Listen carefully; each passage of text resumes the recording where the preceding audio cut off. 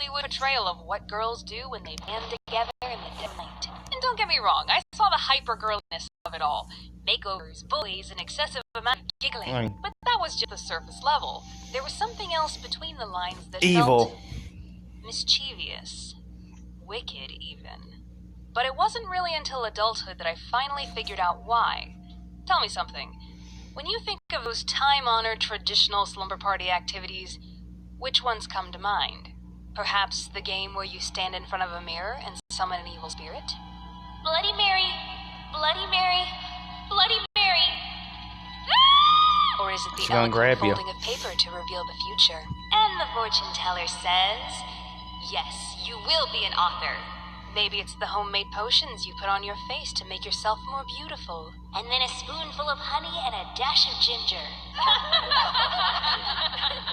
Or perhaps it's performing levitation. Light as a feather, stiff as a board. Light as a feather, stiff as a board. Now doesn't all of this sound like witchcraft? Witchcraft. Of course. I am pretty much convinced there's a weird parallel between slumber parties and witch gatherings. To me, there's just a few too many occult themes hidden amongst the hair braiding and the pillow fights. Ghost, for example. They tend to come up as a common theme at slumber parties, sometimes as ghost stories or scary movies. Now, my regulars on this channel know that I have an affinity for the idea of spectrals and spirits, but my mega fans know that there's one spooky device that I will not touch, and that would be a Ouija board. You won't find me playing with one of these things, even as commonplace as they are at slumber parties. Is there someone here with us? Nothing more girly than opening up a door to the spirit world and provoking whatever's on the other side.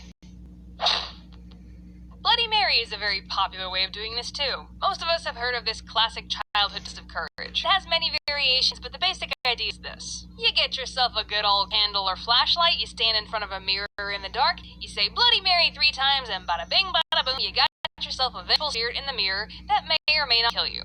Fun for the whole family. Now, if you actually see something in the mirror, what's most likely happening is a thing called pareidolia, where your brain tries to fill in the gaps when given a vague stimulus. It's hard to see in the dim lighting, so your brain tries to piece together something familiar. It's why people see faces in potato chips, and why that cloud looks like a duck. We girls also like to practice our fair share of fortune-telling at slumber parties. We have many devices to do so. Paper fortune tellers, that we used to call cootie catchers when I was a kid, magic 8 balls, the game MASH, which, if you didn't know, stands for mansion, apartment, shack, or house, and even the more modern game of Charlie Charlie is a take on a pretty old Spanish paper and pencil game called Juego de la Lapicera, also played by generations of girls trying to predict the future. Though I fully admit that despite my best efforts as a kid, I don't have much clairvoyance. Never really saw the whole single workaholic YouTuber thing coming. Speaking of creepy old traditions meant for kids, I know most of us internet-dwelling mole people are aware of the supposedly dark origins of archaic rhymes like Ring Around the Rosie and Mary, Mary, Quite Contrary. But my personal favorite straight up slaps you in the face with brutality. No pocket full of posies poetic imagery here. I'm talking about the Lizzie Borden skip rope rhyme. Lizzie Borden took an axe, gave her mother 40 whacks. When she saw what she had done, gave her father 41. Now let's just contextualize this for a moment here. This would be like somebody making up a cheery little kid song about the Manson murders. And they say we're the twisted generation. So I can't make a video about the creepy things little girls do without mentioning our iconic toy, the doll. You know, the one toy that has documented cases of demonic possession. And who else has dolls? Witches. Witches have been using dolls called poppets for centuries. They're made of a lot of natural materials like carved root, potatoes, cloth, branches, and they're used to cast spells on people. Now, admittedly, little girls at slumber parties don't normally use their dolls for the dark arts. But these things do have a tendency to make us feel uneasy sometimes, especially when they're in groups. And I think a lot of that has to do with the uncanny valley, in which an observer is more repulsed by an inanimate object the closer it resembles a human being. Just bear in mind, that's what little girls have been raised on for centuries. The last occult slumber party game that I want to talk about is one that I never actually got to do.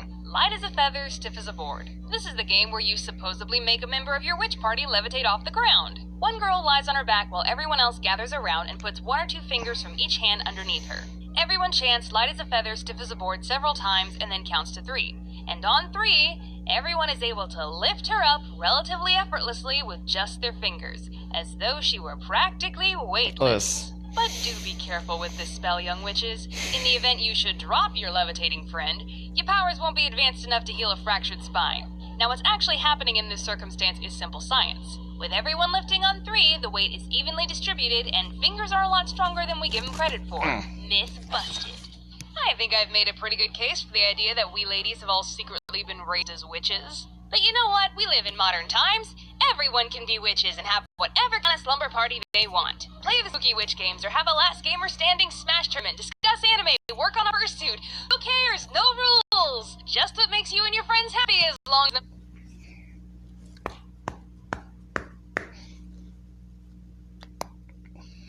Step 1. Find the worst play ever written.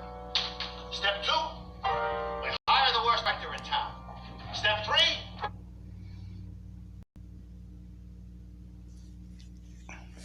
Anxiety was really getting better of me, and I felt this darkness beginning to well up inside. Like at any moment, something would tip me over the edge, and I would just snap. I would lose my mind. And then, November 18th, 2014, at 9:30 a.m., Dad was just gone. He started having chest pains in the middle of his morning meeting with his employees, and when my sister took him to the hospital, he was just gone. Died of a massive, unsurvivable heart attack. I suppose this should have been the thing to me over the edge and send me into a spiraling depression, but surprisingly, it wasn't. Strangely enough, I think it had the opposite effect.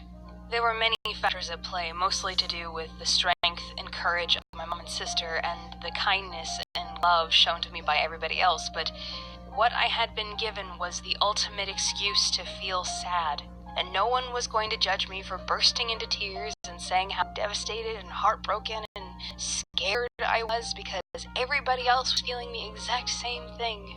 And that pulling of the emotional pressure release valve in my head was what saved me. But the biggest thing that losing Dad taught me was that when you live through something that you previously thought you couldn't survive and you make it out okay, the world doesn't seem as scary anymore. And you're always a lot stronger than you think.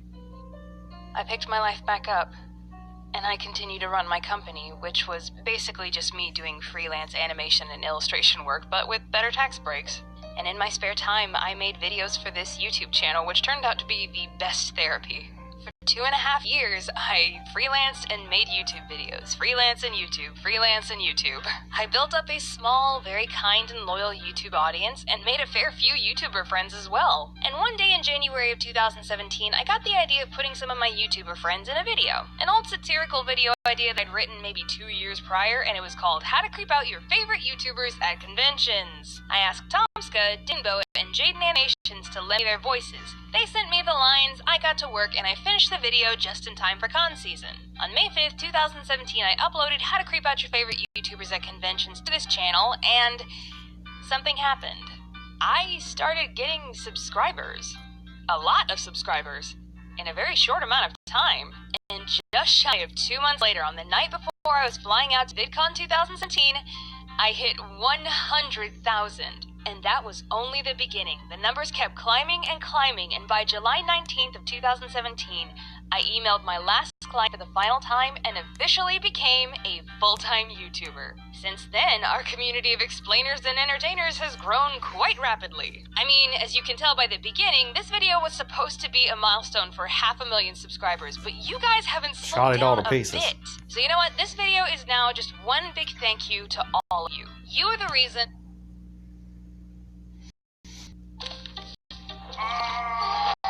Quick! The core picker-upper! Bounty!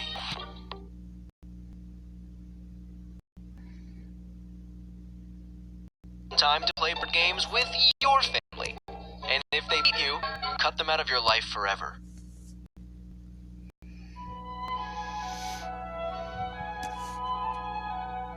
I hate you!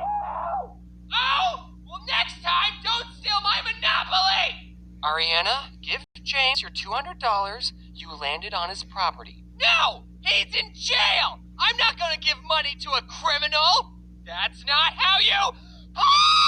Mommy, why is brother screaming? Shut the f*** up, Sally. You don't get to talk after stealing my last railroad. I wish I was never born! Me too! You think I wanted this?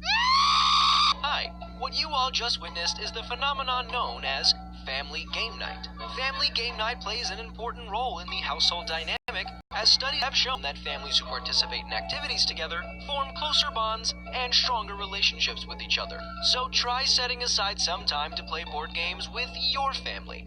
And if they beat you, cut them out of your life forever. Okay, have fun, you guys.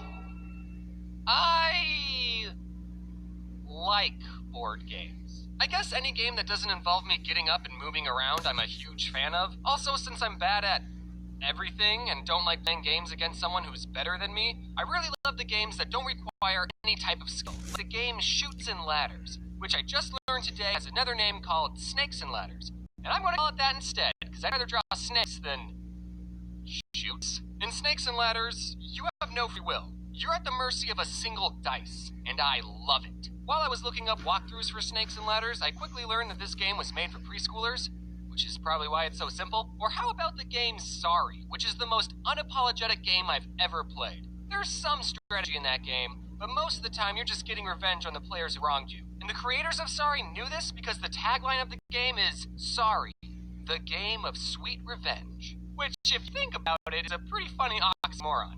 Aha! Take this! Sorry. I know how to play chess, but like most things, I'm not very good at it. Unless I'm playing against someone under the age of 4, I don't want to play that game. Because it shows everyone how bad I am at planning ahead. That's a game that's 100% strategy-based. It's like the IQ test of board games. Beating someone in chess will put you more ahead academically than anyone with a Harvard degree. And you'll get more babes. However, there is one exception, and that is, it's okay to lose at chess if you're playing against a computer, even if it's on easy mode. Computers are way better at planning ahead than anyone, because I don't know how, but a human made a computer that can beat the world's best chess player, but the creator of the computer can't beat the world's best chess player. So I guess that means it's game over. We tried our best, but we've peaked. Whenever you beat a computer in chess, it was going easy on you. Imagine if we made a computer that could beat the world's best Snakes and Ladders player. I pay money to see a Snakes and Ladders championship, and everyone watching knows that the person playing is just some Joe Schmo that acts like the world's best Snakes and Ladders player, but they're all still excited. And there's real snakes that you get to slide down? That would be amazing!